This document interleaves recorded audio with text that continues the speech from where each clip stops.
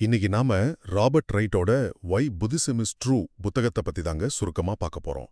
இந்த புக்கு என்ன பண்ணுதுன்னா மாடர்ன் சைக்காலஜியும் புத்த மதத்தையும் ஒன்னா இணைக்குது. அதுவும் நம்ம மனசு எப்படி எவல்யூஷன் ஆச்சுங்கிறத வச்சு. இதுல சொல்ற ஒரு விஷயம் ரொம்பவே ஆச்சரியமா இருக்கும். என்னன்னா நம்ம மூளை உண்மையை தேடுறதுக்காகலாம் உருவாகலையாம். அதோட ஒரே வேலை நம்ம ஜீன்ஸை அடுத்த தலைமுறைக்கு பாஸ் பண்றது மட்டும்தானா.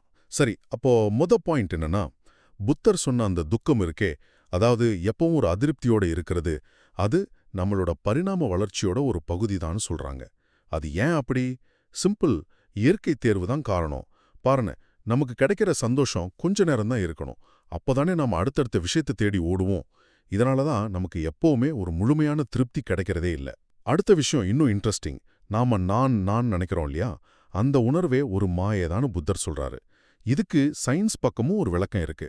எப்படின்னா, நம்ம மூளைக்குன்னு ஒரு சிங்கிள் பாஸ் கிடையாது.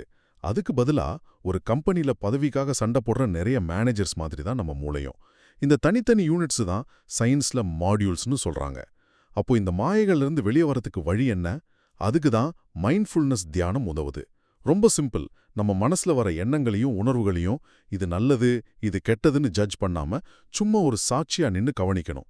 இப்படி பண்ண ஆரம்பிச்சா நம்மளோட அந்த பரிணாம கட்டுப்பாட்டிலிருந்து விடுபட்டு உலகத்தை இன்னும் தெளிவா பார்க்கலாமா. மொத்தத்துல நம்ம பரிணாம வளர்ச்சி நமக்குள்ள உருவாக்குன சில மனமாயைகள்லேருந்து வெளியே வரத்துக்கு புத்தரோட போதனைகள் ஒரு சயின்டிஃபிக் கைடு மாதிரி இருக்குன்னு இந்த புக்கு சொல்லுது.